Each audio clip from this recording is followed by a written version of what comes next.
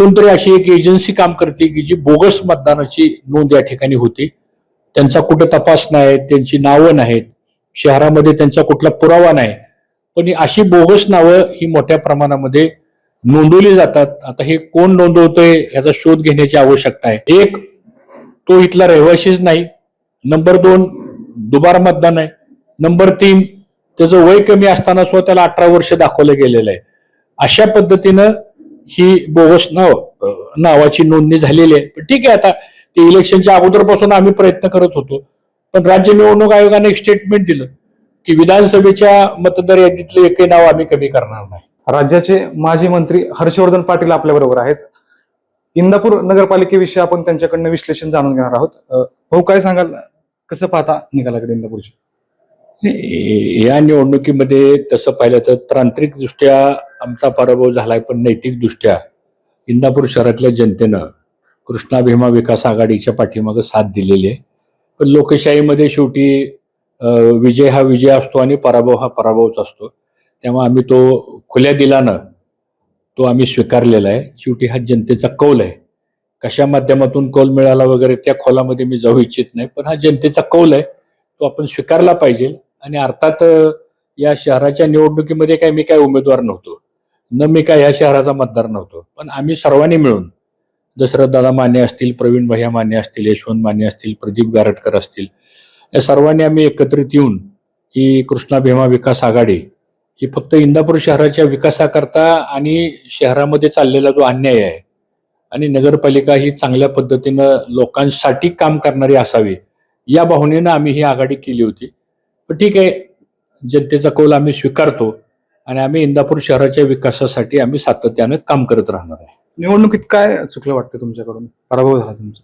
नाही, चुकलं वगैरे असं काही नाहीये. हा अपघात आहे हो. 64 मतं कमी पडली नगराध्यक्ष पदाला. 10 प्रभागापैकी 6 प्रभागामध्ये आमचा नगराध्यक्षाचा उमेदवार आघाडीवर आहे, 4 प्रभागात तो मायनस आहे. पण ठीक आहे, आता शेवटी ह्याचं विश्लेषण करण्यापेक्षा जनतेचा कौल होता, आपण स्वीकारला. आता कुठल्या कुठल्या प्रभागात काय काय झालं, कुठले कुठले फॅक्टर त्याच्यामध्ये पुढे आले, हे आता त्याचा शोध आणि त्याच्यापासून आपण पुढे काय दुरुस्ती करायचे ते आम्ही करू. तुमच्या भाषणात तुम्ही एक उल्लेख केला बोगस मतदानाचा.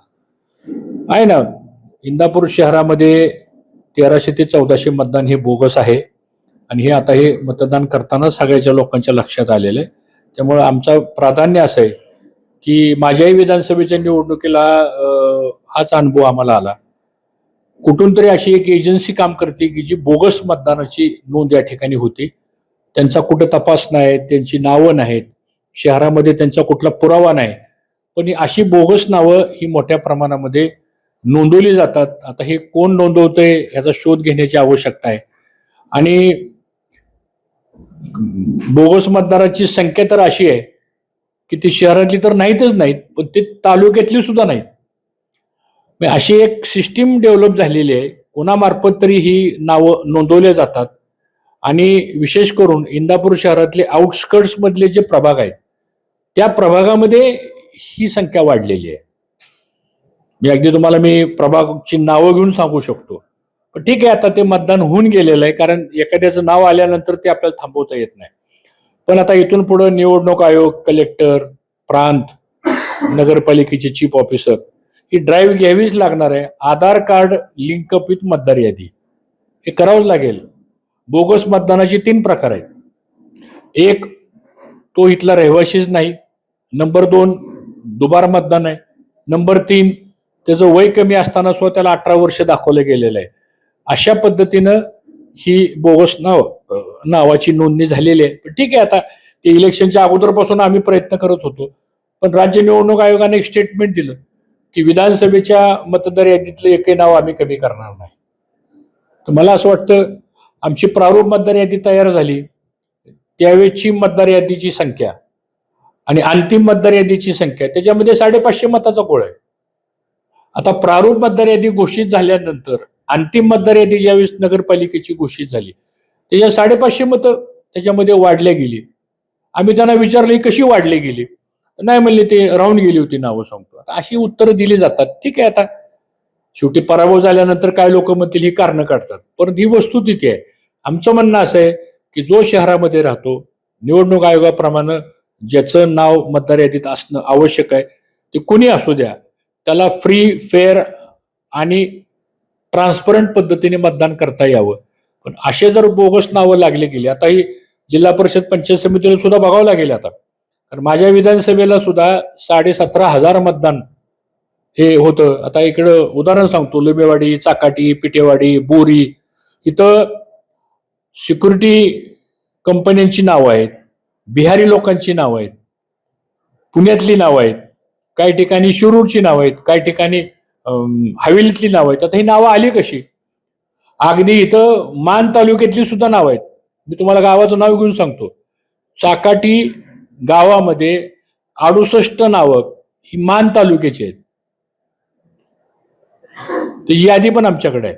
लुमेवाडीमध्ये 152 मतदान बोगस आहे. तक्रारी केल्यात सगळ्या, पण काय कोणी त्याला दादच देत नाही. ते म्हणतात ती विधानसभेची यादी आहे. मला असं वाटतं हा हितलाच प्रश्न नाही. हा, जिथं नियमाप्रमाणे जर तुमचं एवढं लोकमत चांगलं असेल, एवढी लोक तुमच्या मागे आहेत, ह्याची गरज काय? ही अशी नावं येतात कशी? माझं तर आव्हान आहे की जे पदावर बसलेले जे सत्ताधारी आहेत तिथं, जे मंत्री आहेत, जे आमदार आहेत, मी त्यांनाच आवाहन करतो की तुम्ही लोकशाही मानताना ही नावं आली कशी काय? कोण आहेत मतदार? ह्यांचा तालुक्यात संबंध नाही, ह्यांचं रेशन कार्ड नाही, ह्यांचा रहिवाशाचे दाखले नाहीत, त्यांचा इथं काही संबंध नाही, दुसरी ठिकाणी त्यांची मतदार यादीत नाव आहेत सांगतो. अशा घटना जर घडल्यानंतर मला असं वाटतं ह्या मतदार याद्या पुन्हा दुरुस्त होण्याची आवश्यकता आहे. जिल्हा परिषदेची निवडणुकीची तयारी कशी असणार आहे? तुम्ही आघाडी करून निवडणूक लढवणार का? आम्ही आता या संदर्भात आमची बैठक होईल जिल्हा परिषद पंचायत समितीच्या बाबतीत. आता ठीक आहे, आजच आम्ही सगळ्यांना बोलवलं होतं, चर्चा करू आम्ही. आता सध्या महानगरपालिकेच्या निवडणुकीचा कार्यक्रम झालेला आहे, बैठक घेऊन त्याप्रमाणे पुढचं धोरण ठरवू. प्रदीपदादांनी एक विधान केलंय की लवकरच आम्ही सत्ताधारी पक्षात जाणार आहोत.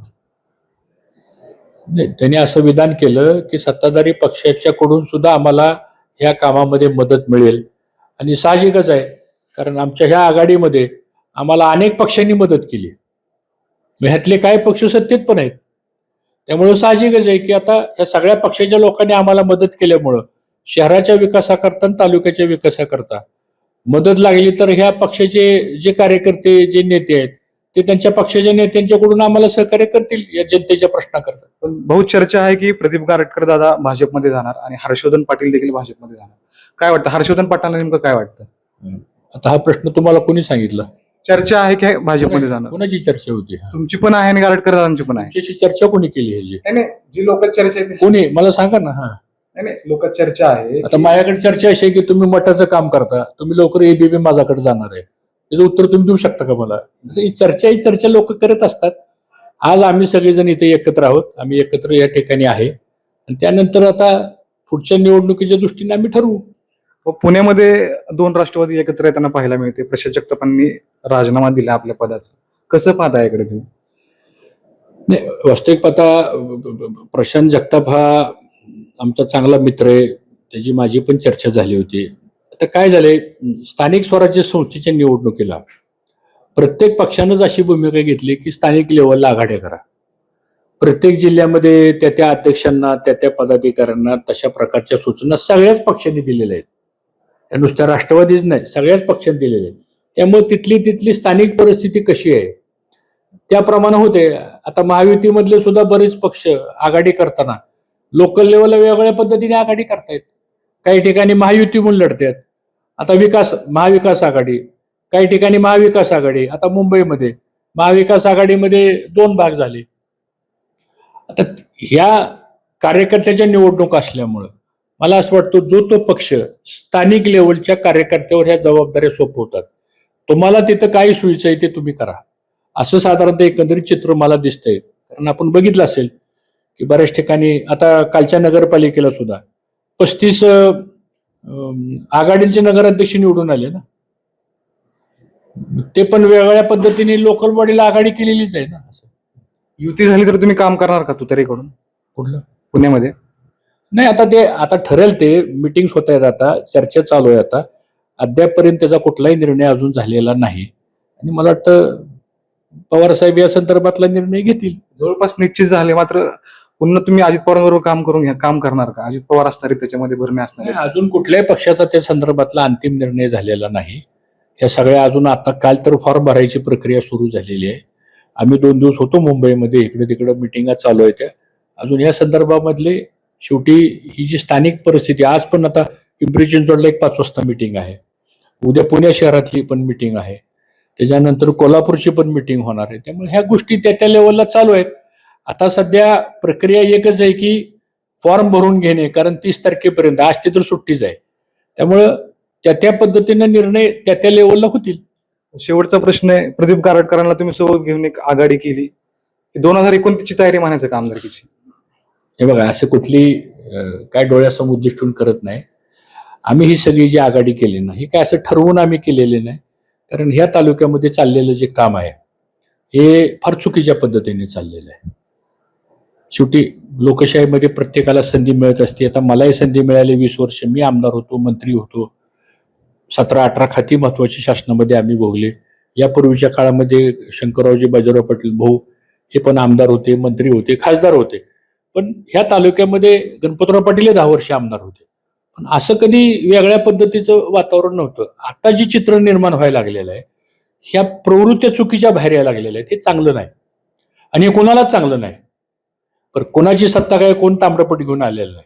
कोण करते पण हे चुकीचं काम कोण आता करते? कोण, जे कोणी असतील, जे प्रमुख असतील ते करतील. नाव घ्यायची काय गरज आहे कोणाची? तुमचा नावात इंटरेस्ट आहे का प्रश्नात इंटरेस्ट आहे? तुमचा मला प्रश्न विचारण्यामध्ये नावात इंटरेस्ट आहे का प्रश्नात? हा, प्रश्न. मग प्रश्न असा आहे, कळलं पाहिजे ना. हा, नाही, प्रश्न असा आहे की ह्या सगळ्या चुकीच्या गोष्टी होतात. जे कोणी पदावर असतात तेच करतात ना. हे चांगलं नाही. हे शेवटी लोकशाहीमधली संस्कृती आहे आणि इथं स्पर्धा, वादिवाद निवडणुकीपुरते असावेत. आता आम्ही आज जाहीर केलं इथं, जरी नगरपालिका आमच्या विचाराची आली नसली आणि उद्या त्या खुर्चीवर बसणारी माणसं जर विधायक कामं चांगली करत असतील, शहराच्या विकासाची कामं चांगली करत असतील, तर आमचं समर्थनच राहील. आम्ही जाहीर भाषणात बोललो, आता चुकीचं केलं, काही भ्रष्टाचार व्हायला लागला, तर आम्ही विरोध करणार. शहराच्या हितात जनतेचे पैसे येते सगळे, कुठले असले तर. तसं तालुक्यात सुद्धा काम करताना सुद्धा जनतेच्या हिताचे निर्णय घेतले, चांगले निर्णय घेतले उद्या, तर आम्ही स्वागतच करू ना. विकास होईल वाटतं इंदापुरात सत्ता त्यांच्या. आता बघितलं ना कसं कसं झालंय ते. आता बघू पुढे. आता अजून 2 दिवस तर झालेत, आता 5 वर्ष जायचे अजून. शहराचा विकास व्हावा ही आमची अपेक्षा आहे आणि विकासाच्या कामासाठी आमचं सहकार्य राहील. इंदापूर नगरपालिकेची चर्चा राज्यभर झाली. कृषी मंत्र्यांना सतत सभा घ्याव्या लागल्या, प्रचार सभा, फिरावं लागलं. पहिल्यांदाच ते इतके फिरताना पाहायला मिळतात. कसं पाहता इकडे? आता ते त्यांना का फिरावं लागलं हे उत्तर मी कसं देऊ शकतो? मला असं वाटतं तुम्ही त्यांना विचारलं तर बरं होईल. तुम्हाला एवढं फिरावं लागलं. 2017ला ते आणि आम्ही आमने सामने लढलो. त्यावेळेस प्रदीप गारटकरांच्या पत्नी उभा होत्या. त्यावेळेस तुम्ही कुठे फिरला नाही एवढं. आज तुम्हाला एवढं फिरायला का लागलं? माणसाला फिरायला गावं लागतं जास्त वेळ. त्याचा अर्थ तुम्ही जनतेनं विचारून घेतला पाहिजे का फिरावं लागलं.